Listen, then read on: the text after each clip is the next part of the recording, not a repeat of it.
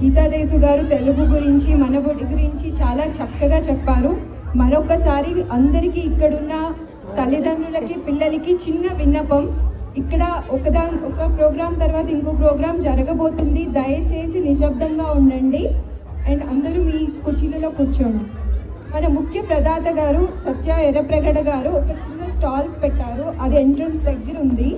మీకు కుదిరినప్పుడు మనం లంచ్ బ్రేక్ తీసుకున్నప్పుడు రిజిస్టర్ అవ్వండి. ఒక సర్ప్రైజ్ గిఫ్ట్ అందరి కోసం ఉంది. మనబడి సంస్థని ఎంతగానో చాలా తెలుగు సంస్థలు ప్రోత్సహిస్తూ ఉన్నాయి. అలాంటి వాటిలో టాకా మొట్టమొదటిగా గుర్తొచ్చేది అందరికీ. ఇక్కడ టాకా నుంచి మనబడికి అభినందనలు చెప్తూ రమేష్ మునుకంట్ల గారు ఫౌండర్ అండ్ అధ్యక్షులు, అనితా సజ్జా గారు కల్చరల్ సెక్రటరీ అండ్ మల్లికార్జున్ గారు ట్రెషరర్ వచ్చి ఉన్నారు. టాకా వారిని తెలుగు వేదికపైకి రావాల్సిందిగా కోరుకుంటున్నాం.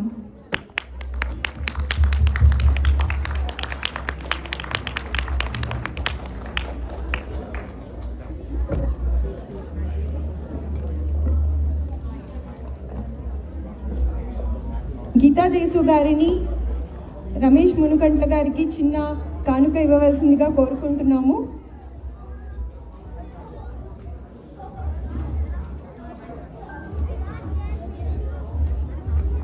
రమేష్ మునుకంట్ల గారు ఇప్పుడు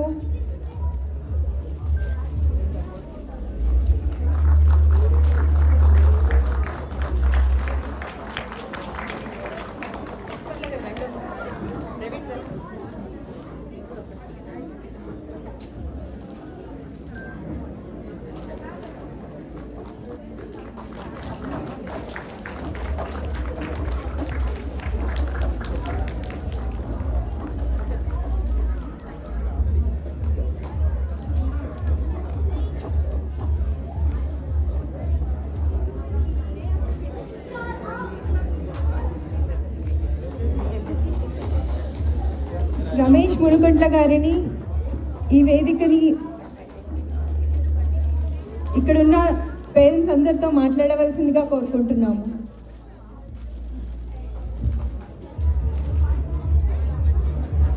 అందరికీ శుభోదయం. మనబడి ప్రాంతీయ సమన్వయకర్త గీతాదేశు గారిని కూడా మాతో పాటు స్టేజ్ మీద మా ధైర్యం కోసం కొద్దిసేపు ఉండవలసింది. బెజవాడ బిడ్డ మన మిసిసాగా సమన్వయకర్త పావని పులివర్తి గారికి ఎనర్జీకి అంటే శక్తికి కావలసినటువంటి నల్ల బంగారం పుట్టిన గడ్డలో కొత్తగూడెంలో పుట్టి బ్రాంప్టన్ సమన్వయకర్తగా ఉన్న మన విజయ్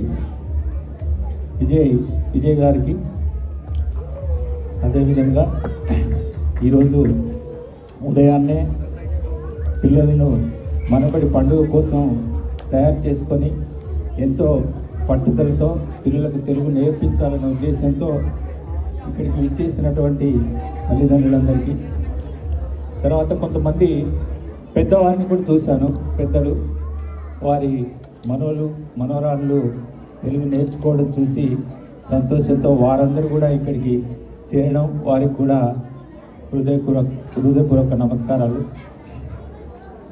అదేవిధంగా మన పారిజాతాలు, ముద్దబంతి పువ్వులు, విరజాజి పువ్వులు, తెల్లని మల్లెలైన మన బడి పిల్లలందరికీ సుస్వాగతం. వారికి అందరికీ అభినందనలు, శుభాభినందనలు, శుభాశీస్సులు పిల్లలందరికీ. తెలుగు భాష నిజంగా అమృతమైనటువంటి భాష. తెలుగు భాష తెలుగువారుగా పుట్టడం మనందరికీ గర్వకారణం. ప్రపంచంలో ఎన్నో భాషలకు లేనటువంటి ప్రత్యేకమైనటువంటి కొన్ని ప్రక్రియలు తెలుగు భాషకు మాత్రమే ఉన్నవి.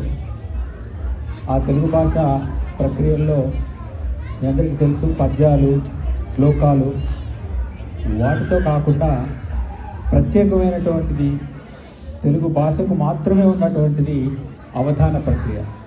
అవధానం పిల్లలకు నేర్పించినట్టయితే, అవధానం పట్ల అభిరుచిని కలిగించినట్టయితే తెలుగు భాషతో పాటు ధారణా శక్తి పెరిగి జ్ఞాపక శక్తి అద్భుతంగా అభివృద్ధి చెందుతుంది పిల్లల్లో కూడా. అలాంటి ప్రక్రియ తెలుగు భాషలో మాత్రమే ఉంది. సో అందుకు తెలుగువారుగా మనబడి తెలుగు పిల్లలకు తెలుగు నేర్పించి ముందు తరాలకు అందజేస్తున్నట్టు ఇప్పుడు ఇంతకుముందు జ్యోతిని చూసాను, చాలా సంతోషం అనిపించింది. సో మనబడి కొటేషన్ ప్రకారం సో భాషా సేవయే భావితరాలకు సేవ. ఆ జ్యోతిని భావితరాలకు అందించి తెలుగు నేర్పించడానికి, దాన్ని నిరంతరం కొనసాగించడానికి ఒక ఉద్యమ సంస్థలాగా మనబడి ఎదగడం చాలా సంతోషకరం. మీ అందరికీ తెలిసే ఉంటుంది, దాదాపు 2 పుష్కరాల క్రితం మనబడి స్టార్ట్ చేయడం ప్రారంభించడం జరిగింది. ఒక పుష్కరం అంటే 12 సంవత్సరాలు, 2 పుష్కరాలు అంటే 24 సంవత్సరాల క్రితం ఆనంద్ కూచిపొట్ల గారు కాలిఫోర్నియాలో ఈ సంస్థకు వారు పునాది వేయడం జరిగింది. నిరంతరం అభివృద్ధి చెందుతూ ఈరోజు దాదాపు 10-12 దేశాల్లో విస్తరించి దాదాపు 300 మనబడి 300 పట్టణాల్లో 300 సంస్థలుగా ఏర్పడి ప్రాంతీయ సంస్థలుగా పిల్లలందరికీ దాదాపు 1,00,000 పైన ఉన్నారనుకుంటా. పిల్లలందరికీ తెలుగు అందించడం అనేది నిజంగా చాలా అద్భుతమైన విషయం, చాలా గొప్ప విషయం. తెలుగు ఇంకా మన భారతదేశంలో దాదాపుగా చాలా కాలం పాటు 2వ అతిపెద్ద భాషగా ఉండింది. ఈ మధ్యకాలంలో బెంగాలీ 2nd ప్లేస్కి వెళ్ళింది. తర్వాత మరాఠీ మనకంటే కొద్ది డిఫరెన్స్తో వాళ్ళు 3వ స్థానంలో ఉన్నారు. తెలుగు 4వ స్థానంలోకి వెళ్తుంది. సో తెలుగును మళ్ళీ 4వ స్థానం నుండి పైకి తీసుకురావడానికి మనబడి చేస్తున్నటువంటి కృషి విశ్వవ్యాప్తంగా ఉన్నటువంటి దాదాపు అన్ని దేశాలలో తెలుగువారు విస్తరించి ఉన్నారు. వారందరికీ ఇప్పుడు ఈ 12 దేశాల నుంచి 100కు పైన దేశాల్లో త్వరలోనే మనబడి విస్తరించి తెలుగును మన ముందు తరాల్లో అందింపజేసి సో అభివృద్ధి చేయడానికి మనబడి యొక్క ఆశయం తప్పకుండా పనిచేస్తుందని నేను కోరుకుంటున్నాను. తర్వాత తెలుగు వాడిగా తమిళులు లేదా ఫ్రెంచ్ వాళ్ళని చూస్తే నాకు చాలా ఆనందం వేస్తుంది. తర్వాత మన వాళ్ళ మీద ఒక్కోసారి కొంచెం మన ప్రేమతో కూడినటువంటి కోపం కూడా కలుగుతూ ఉంటుంది. ఏంటంటే ఇప్పుడు తమిళ వాళ్ళకు విపరీతమైనటువంటి భాషా అభిమానం, తర్వాత ఫ్రెంచ్ వాళ్ళకు కూడా విపరీతమైన భాషాభిమానం. వారు ఇప్పుడు ఫ్రెంచ్, ఇంగ్లీష్ పక్కపక్కన దేశాలు అయినప్పటికీ ఇంగ్లీష్ వాళ్ళు కనబడితే ఫ్రెంచ్ వాళ్ళు ఫ్రెంచ్లోనే మాట్లాడతారు తప్ప ఇంగ్లీష్ ఒక్క ముక్క కూడా మాట్లాడరు. మీరు కెనడాలో క్యూబెక్ ఫ్రెంచ్ ప్రావిన్స్ ఉంది. మీరు బార్డర్ క్రాస్ చేసిన వెంటనే మీకు రోడ్ సైన్స్ అన్నీ కూడా ఫ్రెంచ్లోనే ఉంటాయి. కానీ అదే తమిళ వాళ్ళు కూడా ఏంటంటే వాళ్ళ భాష పట్ల అభిమానం, చాలా సంతోషం. వాళ్ళని ఆదర్శంగా తీసుకొని మనందరం కూడా మన భాష పట్ల అభిమానంతో మీరు ఈరోజు తల్లిదండ్రులు నిజంగా అభినందించవలసినటువంటి విషయం ఏంటంటే ముందు తరాలకు ఏమి అందిస్తారనేది మన తరం వాళ్ళు చేసిన నిర్ణయం మీద ఆధారపడి ఉంటుంది. పిల్లలకు తెలియదు తెలుగు అంటే ఏమిటో, కానీ వాళ్ళకు తెలుగు నేర్పించాలన్న మీ నిర్ణయం నిజంగా చాలా గొప్పది. ఇక్కడ ఆ నిర్ణయంతో సమయాన్ని వెచ్చిస్తూ పిల్లల పట్ల శ్రద్ధతో తెలుగు మీద అభిమానంతో పిల్లలకు తెలుగు నేర్పిస్తున్నటువంటి తల్లిదండ్రులందరికీ కూడా అభినందనలు. తర్వాత ఈ తెలుగు ఇంతకుముందు మన గీత గారు చెప్పారు. వారు చెప్పిన విధంగా 12 సంవత్సరాల క్రితం మన కెనడాలో ప్రారంభించబడి ఆ రోజు కొద్ది మందితో ప్రారంభించబడినటువంటి తెలుగు మనబడి సంస్థ ఈరోజు గ్రేటర్ టొరంటో ఏరియాలో విస్తరించి దాదాపు మొన్న చూసాను లాస్ట్ వీక్ జరిగినటువంటి కార్యక్రమం చాలా మన ఈస్ట్లో ఉన్నటువంటి ప్రాంతంలో బాగా జరిగిందని తెలిసింది. అదేవిధంగా ఇప్పుడు మన పశ్చిమ భాగంలో బాగా జరుగుతుంది. అందుకు చాలా సంతోషం. ఈరోజు తెలుగు భాషలో నాకు అత్యంత ఇష్టమైన పదం స్త్రీ. మీరు తెలుగు భాష చూసినట్టయితే ఒకే అక్షరంతో పరిపూర్ణమైనటువంటి అర్థం వచ్చేటువంటి మన తెలుగు భాషలో ఉన్నటువంటి పదం ఒకటే, స్త్రీ. మీరు ఏ పదం తీసుకున్నా రెండు అక్షరాలు కావాలి. అమ్మ అన్న, నాన్న అన్న, అన్న అన్న, కల గల, పలక బలపం, ఏదైనా ఒకటికి మించినటువంటి అక్షరం కావాలి. తెలుగు భాషలో ఒకే అక్షరంతో పరిపూర్ణమైనటువంటి అర్థం వచ్చేది స్త్రీ. స్త్రీలో 3 ఉన్నాయి. సా ఉంది, తా ఉంది, రా ఉంది. సా, తా, రా ఈ 3 అక్షరాలతో కలిసినటువంటి ఒకే పదం స్త్రీ. ఈరోజు అంతర్జాతీయ మహిళా దినోత్సవం సందర్భంగా ఇక్కడ ఉన్నటువంటి వనితలందరికీ తెలుగు అలయన్స్ ఆఫ్ కెనడా తరఫున శుభాకాంక్షలు. ఈ స్త్రీలో ఉన్నటువంటి ఈ 3 సా, తా, రా 3 గుణాలకు అది ప్రతిబింబం అని మన భాషావేత్తలు చెప్పారు. ఆ 3 గుణాలు ఏంటంటే, సాలో సత్వగుణం. సత్వగుణం అంటే మంచి, ప్రేమ, అభిమానం, ఆత్మీయత, అనురాగం,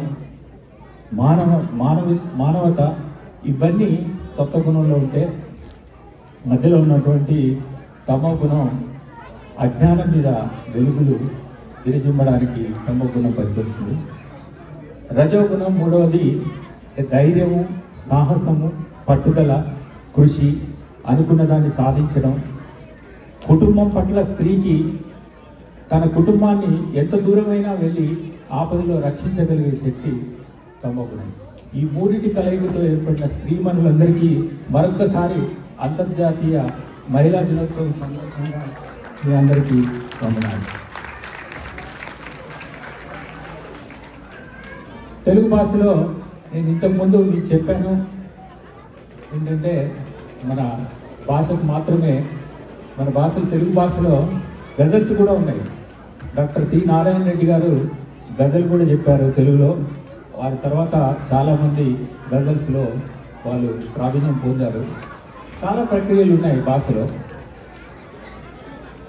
గజళ్ళు వచ్చినట్టయితే నారాయణ రెడ్డి గారు ఒక గజల్ ఏంటంటే, మనిషి అన్నప్పుడు మానవత్వం ఉండాలి. మానవత్వం తర్వాత ఇతరులకు సహాయం చేసే గుణం కనుక లేనట్టయితే జీవనం వృధా అయిపోతుందని తన గజల్లో, పరుల కోసం పాటుపడని నరుని బ్రతుకు దేవికి, బీడువారిన భూములలో నీరంగనించినటువంటి వాగు పరుగు దేవికి. అంటే నీరు వేస్ట్ అయిపోతే మానవ జీవితం కూడా పరుల కోసం పాల్పడకపోతే వేస్ట్ అయిపోతుందని నారాయణ రెడ్డి గారు చెప్పారు.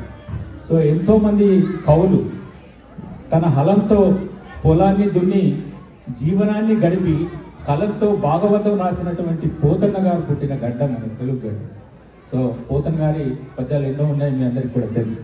సో పోతన్న గారే కాకుండా ఎంతోమంది గొప్ప గొప్ప కవులు తెలుగులో ఉన్నారు. భాష పట్ల వారు చాలా కృషి చేశారు. ఆ భాష మీద, ఆ భాష పట్ల చేసినటువంటి కృషి, భాషలో ఉన్నటువంటి మెలకువలు, తర్వాత భాషలో ఉన్నటువంటి భాషలో ఉన్నటువంటి అమృతాన్ని మనబడి మన వాలంటీర్స్, టీచర్లు, తర్వాత స్వచ్ఛంద సేవకులు అందరూ కూడా కృషి చేస్తూ పిల్లలు అందించడం అనేది చాలా సంతోషకరమైనటువంటి విషయం. ఈరోజు మా తెలుగు అసోసియేషన్లో కొన్ని సాంస్కృతిక కార్యక్రమాలు జరుగుతూ ఉంటాయి. ఒక విషయం ఈ సందర్భంగా నేను చెప్పదలుచుకున్నాను ఏంటంటే, సంస్కృతి వేరు, మనం సాంప్రదాయం, కళలు ఇవన్నీ వేరు, వినోదం వేరు. సో సినిమాలు అంటే వినోదానికి సంబంధించినవి కానీ సంస్కృతికి సంబంధించినటువంటివి కావు. సో ఇప్పుడు ఏ కార్యక్రమం తెలుగు అసోసియేషన్లు కానీ ఇంకే అసోసియేషన్లు కానీ జరిపినప్పటికీ ఏం జరుగుతుందంటే అక్కడ సినిమా పాటలు ఒక రికార్డింగ్ డ్యాన్స్ లాగా ఏదో ఒక డ్యాన్స్ చేయడం, దానికోసం కొంతమంది స్కూల్స్ లాగా పెట్టుకొని వాళ్ళకు నాట్యం నేర్పించడం, డ్యాన్సులు నేర్పించడం. లుంగి డ్యాన్స్ అంటే అది కాదు సంస్కృతి. సో సంస్కృతి ఏంటంటే మనబడి వాళ్ళు పిల్లలతో చేసేటువంటి నాటకాలు సంస్కృతి. పద్యంతో చేసేటువంటి వాళ్ళు ఒక పద్య నృత్య కార్యక్రమం ఒక సంస్కృతి. సినిమాలు మనకు తెలుగులో ప్రారంభించబడి దాదాపు 80 సంవత్సరాలు మాత్రమే అయింది. కానీ తెలుగు భాష 2000 సంవత్సరాల క్రితం ఉన్నటువంటి ప్రాచీన భాష. ఈ 1920 గత 1920 సంవత్సరాలు, ఈ 80 సంవత్సరాలు మినహాయిస్తే ఏమి తెలుగు సినిమా పాటలతో వినోదం లేదు. తెలుగు సాహిత్యంలో ఉన్నటువంటి మిగతా అన్ని కళలతోనే వినోదం ఆ తరాల వారికి అందించబడింది. కాబట్టి ఈ సంస్కృతి వైపు మన పిల్లలను పయనింపజేస్తున్నటువంటి మనబడి మన స్వచ్ఛంద సేవకులందరికీ, మనబడి ఆశయం కోసం పనిచేస్తున్న ప్రతి ఒక్కరికి కూడా కృతజ్ఞతలు. మా తెలుగు అలయన్స్ ఆఫ్ కెనడా తరఫున మేము అన్ని పండుగలు చేస్తూ ఉంటాం. సో రేపు 29వ తారీఖున ఇక్కడ మిస్సాగలోనే ఉగాది మన తెలుగు సంవత్సరాది పండుగ కార్యక్రమం ఉంది. మీరందరూ కూడా అక్కడ రావచ్చు. మనబడి వాళ్ళు అందులో ఒక నాటకం సంథింగ్ మన సంస్కృతికి సంబంధించినటువంటి వారు చేస్తున్నారట నాకు తెలిసింది. ఎప్పుడైనా ఆ స్టేజీల మీద మనబడి పిల్లలు చక్కగా ఇలాంటి కార్యక్రమాలు చేస్తూ ఉంటే మాకు చాలా తెలుగు భాషను అభిమానించే వాళ్ళుగా, తెలుగు సంస్కృతి, భారతీయ కళలు సంస్కృతిని అభిమానించే వారిగా చాలా సంతోషం కలుగుతూ ఉంటుంది. మీ అందరికీ తెలుసు ముత్యాలు ఎలా తయారవుతాయో మీ అందరికీ తెలుసు. వాన చినుకు ముత్యపు చిప్పలో పడితే అది ముత్యంగా తయారవుతుంది. అయితే ఇక్కడ ఉన్నటువంటి పిల్లలందరూ ఒక బిందువులాగా తెలుగు ముత్యపు చిప్పలో పడి ముత్యాలయ్యారు. వారు ముందు బాగా వెలగాలని కోరుకుంటున్నారు. సో మన తెలుగువారిగా మీరు ఏ రంగంలో ఉన్నప్పటికీ పుణ్యభూమి, మీరు పుట్టిన భూమి భారతదేశాన్ని పొగడండి, తెలుగువారిగా గర్వించండి, తెలుగువారిగా తెలుగును నేర్పించండి, తెలుగు మాట్లాడడానికి సిగ్గుపడకండి. తెలుగు మన భారతీయ మాజీ ఉపరాష్ట్రపతి వెంకయ్య నాయుడు గారు ఎప్పుడు చెప్తూ ఉంటారు, తెలుగు అమ్మ భాష లాంటిది. అమ్మ భాష కళ్ళ లాంటిది. మన కళ్ళు ఒరిజినల్ కళ్ళు. మిగతా భాషలన్నీ కళ్ళజోడు లాంటివి. కళ్ళు ఉంటేనే కళ్ళజోడితో మిగతా భాషలు. అంటే కళ్ళే లేనప్పుడు, అంటే తెలుగే రానప్పుడు మిగతా భాషలు వచ్చినా రానంటే రావు కూడా. సో కాబట్టి ఆలోచన అనేది మనందరికీ కూడా మనకు తెలియకుండానే అంటే మనిషి ఒక సూపర్ కంప్యూటర్. మనలో ప్రాసెసింగ్ ఏ విధంగా జరుగుతుందంటే మనకు తెలియకుండానే మన ఆలోచనలన్నీ కూడా మన మాతృభాష తెలుగులోనే చేస్తాం. ఇతర భాషల్లోకి తర్జుమా చేసుకొని దాన్ని ఎగ్జిక్యూట్ చేస్తాం. ఆలోచన మాత్రం మొదలు తెలుగులోనే వస్తుంది. అది తెలియకుండానే జరిగిపోతుంది. కాబట్టి తెలుగు నేర్చుకోవడం, జీవితంలో తెలుగువారుగా తెలుగు మాట్లాడడం, తెలుగును ముందు తరాల వారికి అందజేయడం చాలా ముఖ్యమైనది. ఇందులో పార్టిసిపేట్ చేస్తూ ఒక ఉద్యమంలాగా తెలుగును వ్యాపింపజేస్తున్న మీ అందరికీ కూడా మరొకసారి ధన్యవాదాలు. తర్వాత ఆఖరిగా మీరు ఇంకా అభివృద్ధి చెందాలని తెలుగువారుగా అవధాన ప్రక్రియ గురించి ఒక 2 మాటలు చెప్పి నేను ముగిస్తాను. నాకు ఇంత సమయం ఉందో తెలియదు. గీత గారు పర్వాలేదన్నారు, పర్మిషన్ ఇచ్చారు. సో అవధాన ప్రక్రియ తెలుగులో తెలుగు వారికి మాత్రమే ఉన్నటువంటిది ఏంటంటే, అవధానం మీ అందరికీ తెలిసిందే. తెలియని వారు ఎవరైనా ఉంటే 2 నిమిషాల్లో ముగించేస్తాను. అవధానంలో పృచ్ఛకులు అని ఉంటారు. పృచ్ఛకులు అంటే ప్రశ్నలు వేసేవారు. తర్వాత దానికి సమాధానం చెప్పే అవధాని ఉంటాడు, మేధావి ఒక్కరు. అవధాని కన్నా పృచ్ఛకులు ప్రశ్నలు వేసాక వాళ్ళు ఇంకా మేధావులు అయి ఉండవచ్చు, కానీ అవధానికి ఉన్నటువంటి జ్ఞాపక శక్తి ఈ పృచ్ఛకులకు ఉండదు.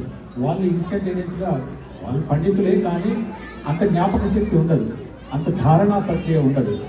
సో ప్రశ్నలు వేసే వాళ్ళందరూ కూడా మీకు హైదరాబాద్ నుండి ఎవరైనా ఉంటే తెలుగు లలిత కళాతోరణం అని హైదరాబాద్లో ఉంది, మీ అందరికీ తెలిసే ఉంటుంది.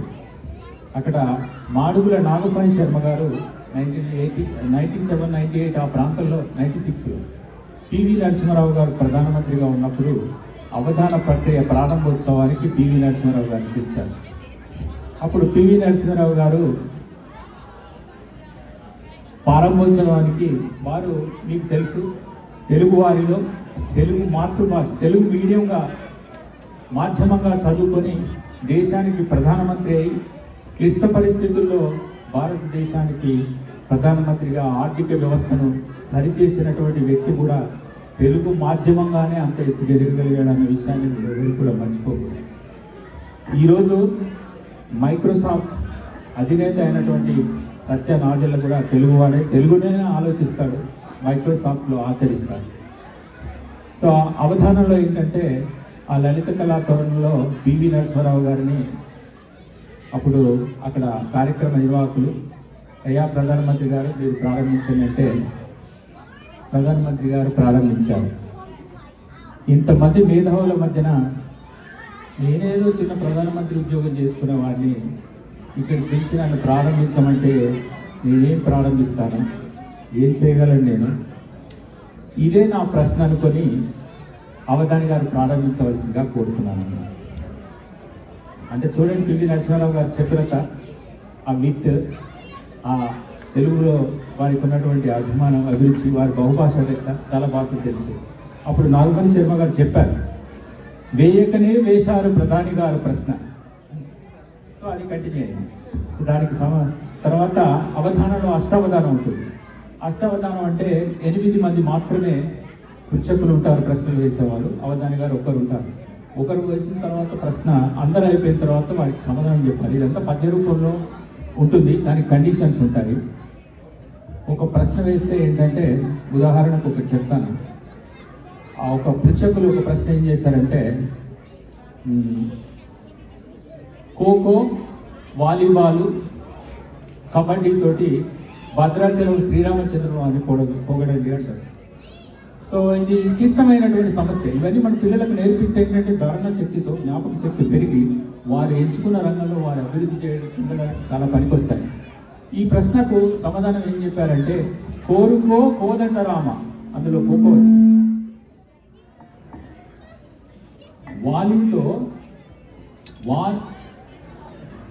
గీతిక బాడీ అని మధ్యలో ఒకటి వస్తుంది. గీతిక బాడీ అంటే కబడ్డీ వస్తుంది అక్కడ. వాలీతో బాలు ఇట్లనియే వాలీబాల్ వస్తుంది అక్కడ. సో ఈ విధమైనటువంటి ప్రక్రియ మన అవధానంలో జరుగుతూ ఉంటుంది. సో అవధానం మీద మీకు ఒకసారి కనుక ఇంట్రెస్ట్ కలిగినట్టయితే మీరు నేర్చుకోవడమే కాకుండా మీ పిల్లలందరికీ నేర్పిస్తారు. తెలుగు భాష పట్ల విపరీతమైనటువంటి అభిమానం మరింత రెట్టింపు అయిపోతుంది మీ అందరికీ కూడా. సో మీరు ఈ విధమైనటువంటి ప్రక్రియను కూడా తెలుగు సంస్థగా, సో మేము అవధానాన్ని త్వరలోనే కెనడాలో ఏర్పాటు చేయడానికి ప్రయత్నం చేస్తున్నాం. అందుకు మనబడి పిల్లలందరినీ కూడా తీసుకురావాల్సిందిగా కోరుతున్నాను. తర్వాత ఎల్లలెరుగని పిల్లలు, కళ్ళలెరుగని బాలు మనబడి పిల్లలు. సో ఎల్లలు అంటే బార్డర్స్, భాషకు ఎల్లలు లేవు. ప్రపంచం మొత్తం తెలుగు మాట్లాడే వాళ్ళందరూ కూడా మన వాళ్ళే, తెలుగు భాషకు ఎల్లలు లేవు. ఈ మధ్యకాలంలో తెలుగు భాషకు ఎల్లలు అంటే దాన్ని సపరేట్ చేయడానికి ప్రయత్నం చేసిన వాళ్ళు ఆ భాషను సపరేట్ చేయలేరు. ప్రాంతాన్ని మీరు ఏదో అభివృద్ధి కోసమో ఏదో రాజకీయ కారణాలతో చేసుకోవచ్చు తప్ప మాతృభాష తెలుగు వారందరికీ, తెలుగు సంస్కృతి అందరికీ కూడా ఒకటే. తెలుగు భాషకి ఎన్నడూ కూడా ప్రాంతీయతను ఎవరు కూడా అడ్డుకట్టలేదు. తెలుగును మనకు ప్రాచీన కాలం నుంచి మీ అందరికీ తెలుసు. ఏదైనా ఒక పుస్తకాన్ని తెలుగులోకి తర్జుమా చేస్తే ఆ పుస్తకాన్ని ఆంధ్రీకరించారు అంటారు, తెలుగీకరించారు అనరు. అయితే చాలామంది ఏమనుకుంటారంటే సిలికాన్ ఆంధ్ర అంటే ఇది ఆంధ్ర వాళ్ళకి సంబంధించింది. ఈ మధ్యకాలంలో వచ్చినటువంటి భౌగోళిక రాజకీయ మార్పుల వలన ఈ విపరీతమైన ఆలోచనలు వస్తున్నాయి. అది చాలా తప్పు. ఇది ఆంధ్రము అంటే తెలుగు. ఆంధ్ర అంటే ఆంధ్ర ప్రాంతం, తెలంగాణ ప్రాంతం, ఇంకేదో ప్రాంతానికి కాదు, తెలుగు మాట్లాడే వాళ్ళందరికీ సంబంధించినటువంటి. మీకు ఇంతకుముందే చెప్పాను, ఆంధ్రీకరించారు అంటారు, తెలుగుకరించారు అన్నారు. సో ఆ భౌగోళిక ఎల్లలు అనేటివి తెలుగు భాషలకు లేవు. ఏ ప్రాంతం నుంచి ఉన్నవారైనప్పటికీ తెలుగు వారందరూ తెలుగువారే. తర్వాత పూర్వకాలంలో నాలెడ్జ్ను అది మన మెదడులోనే క్యారీ చేసేవాడు. అంటే ఒకరి నుండి ఒకరికి చెప్పబడేది, అదేవిధంగా క్యారీ అయిపోయేది. ఆ తదనంతరం ఏంటంటే తాళపత్ర గ్రంథాలు, తర్వాత పేపర్ కనిపెట్టారు, తర్వాత బుక్స్లో తర్వాత డిజిటలైజేషన్, అంటే బుక్స్ అన్ని కూడా PDF ఫార్మాట్, డిజిటలైజేషన్, తర్వాత కంప్యూటర్స్. సో ఈ కంప్యూటర్ డిజిటలైజేషన్కు మూలం ఏంటంటే సిలికాన్. సో తెలుగు భాష కూడా అంత సూక్ష్మంగా ఆ మూలకారైనటువంటి సిలికాన్ లాగా అభివృద్ధి చెందాలన్న ఉద్దేశంతో సిలికాన్ ప్లస్ తెలుగుకు మారుపేరైనటువంటి ఆంధ్ర. సో సిలికాన్ ఆంధ్ర అని పేరు పెట్టారు కూచిపూట్ల ఆనంద్ గారు ఆ రోజు. సో సిలికాన్ ఆంధ్ర గత 24 సంవత్సరాల్లో, మీరు 17 సంవత్సరాలు అక్కడ రాశారు. మేబీ వ్యవస్థీకృతమై 17 సంవత్సరాలు కావచ్చు, కానీ పునాది పడి 24 సంవత్సరాలు అయింది. ఈ మనబడి ఇంకా ఎంతో అభివృద్ధి చెందాలని, తప్పకుండా ఇలాంటి ఎన్నో కార్యక్రమాలు ముందు జరగాలని కోరుకుంటూ నాకు అవకాశం ఇచ్చినందుకు మనబడి అందరికీ కూడా ధన్యవాదాలు.